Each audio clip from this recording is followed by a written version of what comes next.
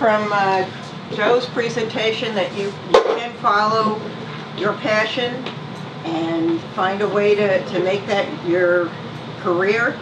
And another way you can do it is by writing. We are proud to have here today the game scholar, Len Herman, who from nearby Springfield, who has written the definitive history of video games, and he has just done an updated version of Phoenix 4, and he's going to talk a little bit about what's old is new again in the history of plug and plays. But I'm sure you can also ask him any questions you may have about anything in video games. Yes, exactly. These are not video games. Welcome, Len. Oh, wow. Thanks for coming. As Charlene said, I wrote this book, Phoenix, what's it called now? The history of the video game industry. I originally wrote this book in 1994. It came out, it's called Phoenix, the Fall and Rise of Video Games. It was the very first history of video game book ever out. It has a genesis in Roselle Park. I lived in Roselle Park for many years. Before this, like Joe, I was a collector of video games. I collected Atari video games, so I wrote it. There was no definitive catalog of Atari video games, so I wrote a book called ABC to the VCS while living in Roselle Park. Then the industry crashed, which Joe touched upon. It crashed in '83, and so my book was dead. So I said, what else can I write? And I said, well, there's no history of video games. So this was born. Now, Charlene mentioned, this is the 4th edition. Came out in November. It covers everything in video game history up to the year 2015. It's over 800 pages. And I have copies for purchase if anyone wants one. So when Charlene asked me if I wanted to give a talk, I said, sure. I said, what should I talk about? She said, video games. So, as I said, this is 800 pages. What do I talk about in such a short time? So originally we were supposed to schedule, this was supposed to happen in January. And right then, the biggest news of video games was this product, the NES Classic Edition. I got this one day before they announced they weren't having any more. So, if you don't know, Nintendo put these out in November.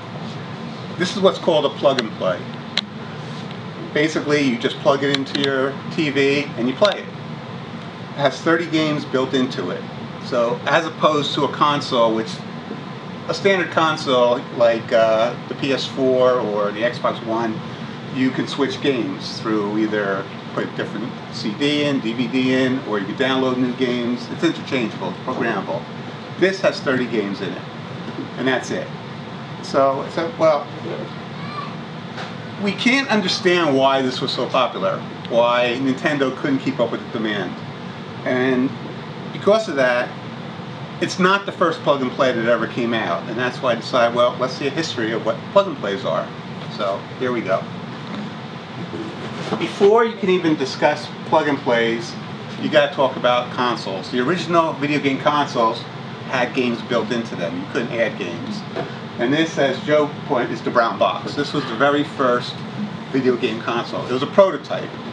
The first console was called the Magnavox Odyssey, which came out in 1972. This was the prototype for it. And I have one to show you.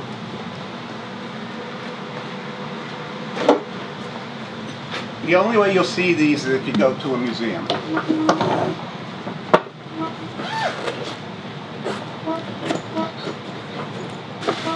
Should have had it set up, but... And this is the brown box. This is a replica of the original brown box. The real one is now in the Smithsonian at the National Museum of American History behind glass. You can't touch it. Ralph Baer, who invented the brown box, after he gave the Smithsonian his console, he decided other museums may want to show it. So he built approximately 24 replicas so other museums in the country can have one.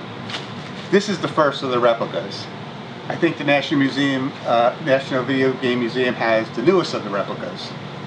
But this is the original replica. It is playable, but I don't want to hook it up because Mr. Bear passed away about 2 years ago, and apparently if something goes wrong, he was the only one who could fix it. So, but that was the very, very first console.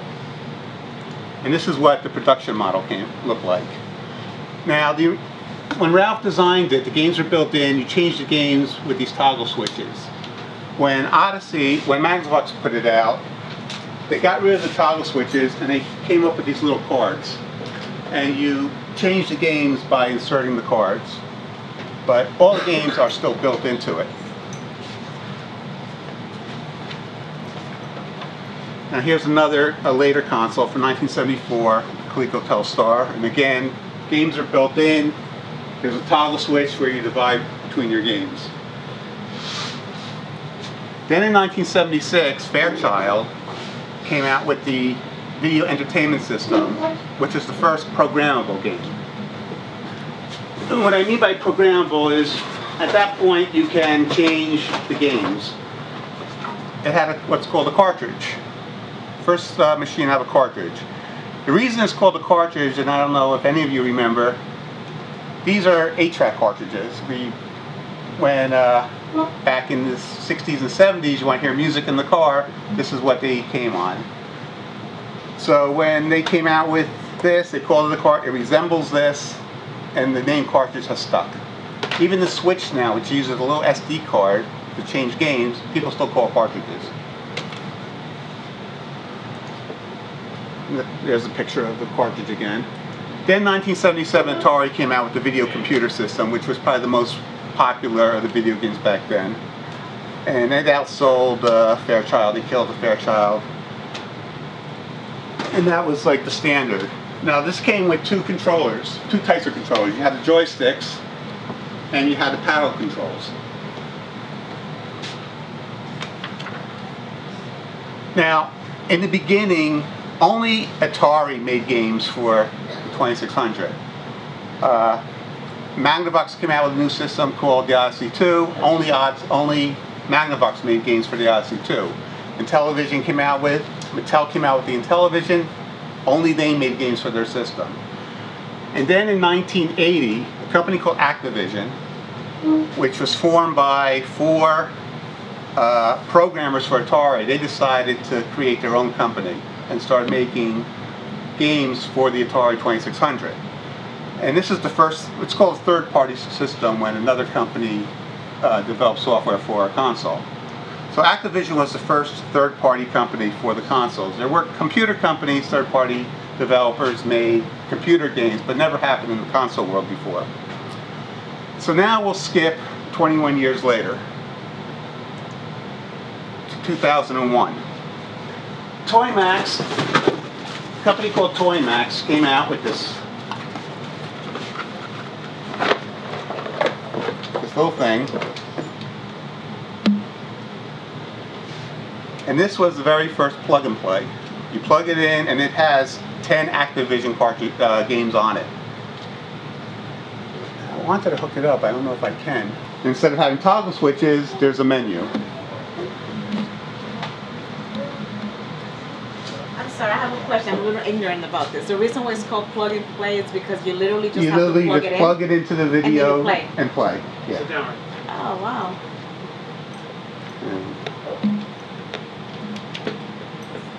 Huh.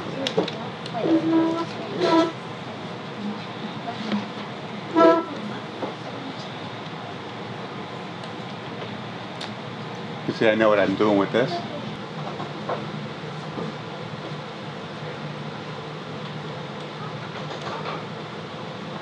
It doesn't follow normal controls.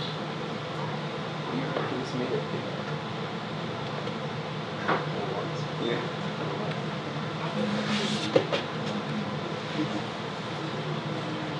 Okay, the following year, 2002, Toymax got bought out by a company called Jakks Pacific. And they came out with the Atari joystick, which was the same joystick that came with the Atari VCS. And this too had 10 games built into it. And if I brought that one, it would probably play better than the Toymax one. Then the following year, Jakks Pacific came out with a new Activision one, which looks almost like the joystick. It's a lot easier to play than that one. Same year, Jakks Pacific expanded with more plug-and-plays. They came out with this Pac-Man unit.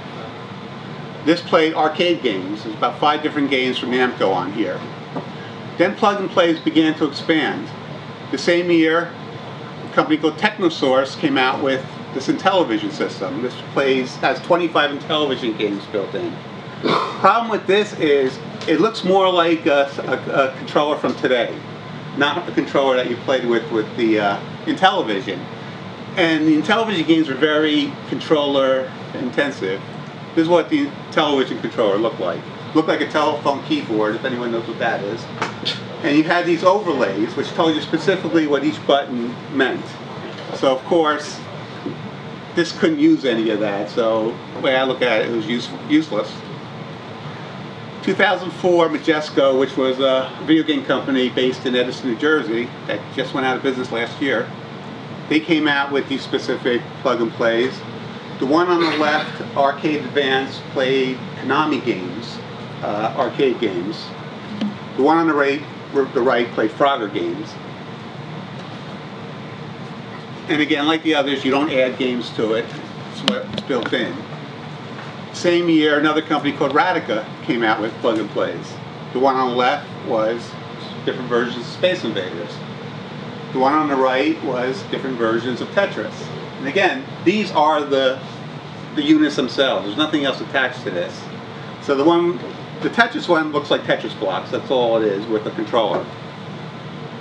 But then they start getting fancy too. This one's a game called Golden Tee Golf. Now the plug-and-play is on the left, and you can see what the buttons on the original arcade machine look like, and it's practically the same. Then the same year, Atari came out with their own plug-and-play called the Atari Flashback. Oh, sorry. Radica also came out with this one called Arcade Legends, which was Sega Genesis games built in. And in this case, the games are on the left. It looks like a mini Genesis, and this is just a controller attached to it. This is probably the only system that's a two-piece plug-and-play. And then from the little Genesis system comes the cord that goes to the TV. But the controller resembled a Genesis controller, so the games were pretty playable. In the same year, Atari came out with what was called the Atari Flashback. And this had 20 games built inside. The only thing was, it was about this big. Fits in the palm of your hand. But as you can see, that's not an Atari joystick. This is actually what was called, they had a system called the Atari 78, and that's the type of joystick that came with the 7800. I liked it, most people didn't like it. And even the system itself resembles what a 7800 looked like rather than what a 2600 looked like. I'm sorry, why did most people not like it? People are used to just the standard joystick.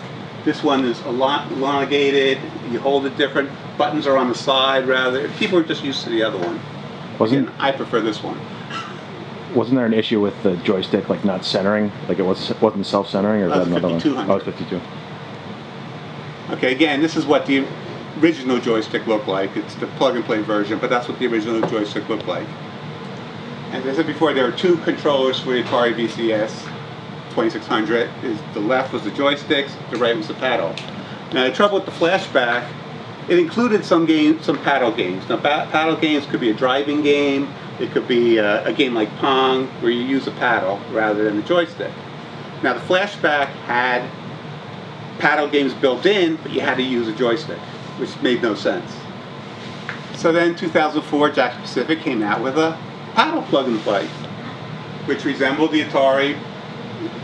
The picture looks a little thin, but it actually resembled the actual Atari paddle and had the paddle games built in. Then they went beyond that. They came out with a Miss Pac-Man collection. They came out with an EA Electronic Arts Sports collection. And then they really went crazy, coming out with everything you could think of. These are game shows.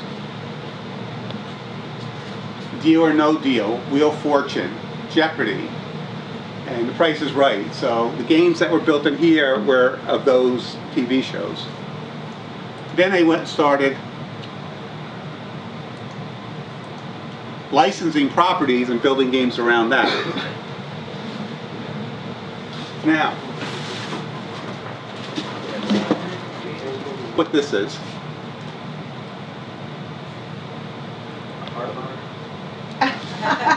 No pressure.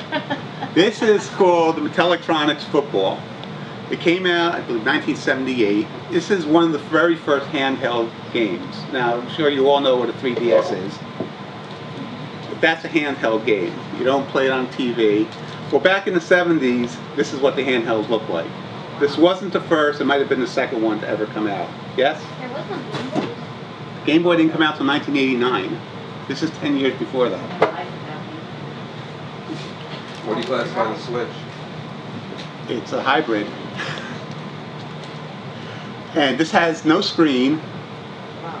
The way you played it was, I don't know if you can see, the graphics were little LED lights. These were the players.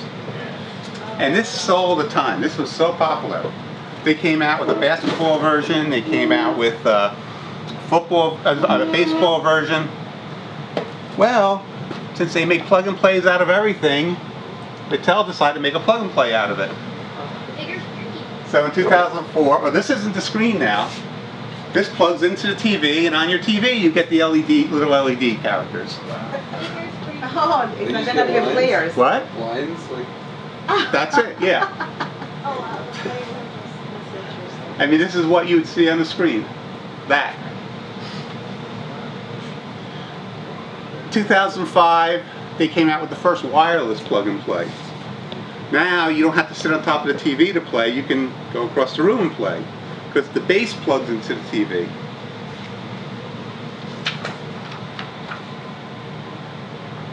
Now, I said before that plug and plays had games built in. That's it. You couldn't add anything. Well, Jakks Pacific came out with this ingenious system called the Game Key. And what the Game Key did, which is the thing on the right, you plug it into the slot on the left and it adds more games to your system. And these are probably like the original Odyssey, where you're changing cartridges, unlock new games. This did the same thing. Games were built in, you couldn't get to them. You buy the key, you have more games. 2005, Atari came out with the Flashback 2. This now had 40 games as opposed to 20. It now resembled the original Atari, and the controllers were similar. Actually, you could use the original Atari controllers with this. This was built by a friend of mine named Kurt Vendel. He also made it, it was available in stores, but if you're a hacker, you could somehow install a cartridge port to this and actually put your original Atari cartridges in. Now, back in the early 80s, Coleco, anyone remember Coleco? Oh, yeah. They came out with a bunch of handhelds called Head-to-Head. And what the handset was, one player played on this side and one player played on this side, and you're playing head-to-head against each other. Well, now Coleco's back in business, except it's a license. The company licensed their name out to different companies. And in fact, in August, they're having a convention in Edison called the Coleco Expo, if anyone's interested in going. But Technosource licensed the Coleco name and came out with the head-to-head video game system. And this, again, this is a plug and play, but it's two separate systems, two separate controllers, so each person can play against themselves. Then Radica came out with some fancy plug and plays. The one on the left is called Outrun 2019. That was a driving game. That somehow is a steering wheel on the left. The one on the right is a Menacer. Sega, for its Genesis, came out with, in the inset, they came out with this peripheral called the Menacer. And there was a cartridge, it's a light gun, and it came with a cartridge with 6 games, and you use the light game on those 6. Well, Radica took it, put it into this one thing that looks like a gun. It's a plug and play. The 6 games are built in. That's how you play it now. Then in 2006, At Games made its first appearance. And you'll be hearing a lot of At Games now. I don't know what POGA means, but this system contained 30 Sega Master System games and Game Gear games. Then in 2008, Sega started doing plug and plays with Genesis. Yes? I see something else from Yes? Sun. What? I see something from Sun. I can't hear you. I see something familiar. Sun. Sonic the Hedgehog. Oh, okay. Yeah, that's what that looks like because there's Sonic games on it. Anyway, At Games started licensing Sega Genesis games, and they put them out in so many different formats you can't keep up with it. The one, Arcade Motion, which looks like Sonic, is supposed to resemble the Wii, where you have your wand and it's movement games. The one on the bottom left is fighting games. It's a special joystick for fighting games. The one on the right, Arcade Classic, I don't know how many games are in there because they keep changing it. They might come out with 80 games, they might come out with 90 games. They keep changing it. But what's different about the Arcade Classic is it also has an SD slot, so you can add more Genesis games to it. Then in 2011, At Games came out with the Arcade Blast. And if you look in the inside, it looks just like the one that Radiger came out with a few years ago, except it doesn't have the little Genesis piece to it. This is just a one-piece system, looks like a Genesis controller, and has Genesis games built into it. And then 2011, now At Games got control of the Atari Flashback from Atari. They took away the hacking ability, so you're only stuck with the 60 games that are inside of it. They also came out with wireless joysticks, so you didn't have to sit on top of the TV. The unit itself would be, but you could sit on the couch across the room. Since then, At Games has been releasing Flashbacks like every year. In 2012, they came out with Flashback 4, had 75 games built in. 2014, the Flashback 5 had 92 games built in. 2015, the Flashback 6 came on with 100 games. And then they outdid that last year with the Flashback 7, which had 101 games. So who knows what the Flashback 8 will have. Are they reusing games, or are they different 100 Oh, games every time? there's over 700 games for the Atari 2600. But they're only, I believe they use only Atari owned games. Oh, they also do build in it, they also include homebrews. Now, a homebrew is a game that a programmer has programmed like in his basement and released for old systems. So even though the Atari 2600, they stopped building in 1991, people have been still releasing games for it. And a friend of mine has a company called Homebrew Heaven where he sells these homebrews. And At Games licensed some games from him, and they're included on the system. At Games also, in 2014, they released a version of the ColecoVision, which was a system from the 80s. I don't know how many games are built into that. And then they released one for the Intellivision at the same time in 2014. The controllers for the Intellivision, well, for both systems, are very similar to the original controllers. In fact, the controllers for the Intellivision had the keypad on it, and you can get the overlays. And so that brings us back to 2016 and the NES Classic. And that's the whole history of Plug and Plays. Any questions?